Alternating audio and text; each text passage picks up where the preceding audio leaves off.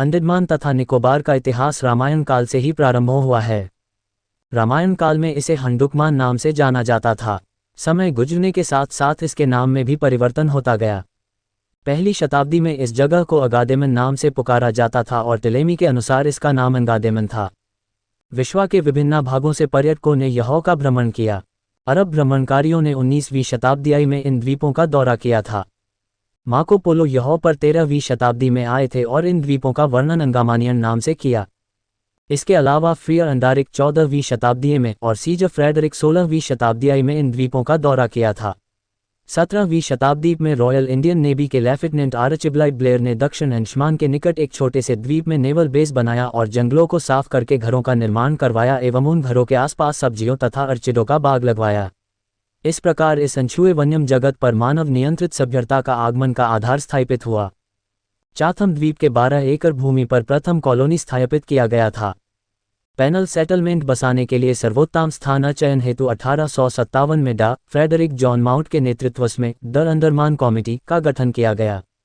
Panel प्रणाली की प्रबंधन एवं स्थापना के लिए कैप्टन अमान द्वारा दिनांक 22 जनवरी 1858 को पोर्ट ब्लेयर में द्वितीय बार यूनियन जैक फहराया गया।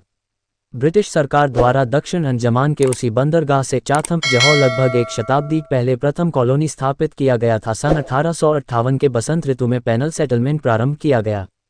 इसका नाम पोर्ट ब्लेथर रखा गया। 3 माह बाद 16 जून को अधीक्षक जेम्स पैटिसन वाकर द्वारा कैदियों के निम्नलिखित गिनती रिकॉर्ड किया गया। ब्रिटिशों द्वारा कैदियों से जबरदस्ती जंगल साफ करवाया जाता था, जिससे यहाँ के आदिवासियों का शांति भंग हो रहा था और आदिवासियों ने पलटवार करना प्रारंभ कर दिया। आदिवासियों में अपनी आज़ादी के लिए ब्रिटिशों के विरुद्ध लड़ने की हिम्मत पनपने लगा। फलस्वरूप 17 मई 1859 को आदिवासियों ने अंग्रेजों के खिलाफ प्रथम जंग छेड़ दी, जिसे बैटल ऑफ अबारडीन नाम से जाना जाता है। कुल 668 कक्ष का सेलुलर जेल का निर्माण कार्य 1896 से 1910 के मध्य हुआ। इस जेल में गोलाकार वृत्तक में 7 भुजाएं थीं। इस जेल का निर्माण मुख्य भूमि के स्वतंत्रता सेनानियों को कैद करने के लिए किया गया था। द्वितीय विश्व युद्ध के दौरान पोर्ट ब्लेयर पर जापानियों का कब्जा था। वर्ष 1942 से 1945 तक नेताजी सुभाष चंद्र बोस के नेतृत्व में अनंतिम भारतीय सरकार की स्थापना सन 1943 में हुआ था। स्वतंत्रता के पश्चात भारत सरकार द्वारा द्वीप समूह में प्रशासन की स्थापना किया गया एवं पोर्ट ब्लेयर को मुख्यालय बनाया गया।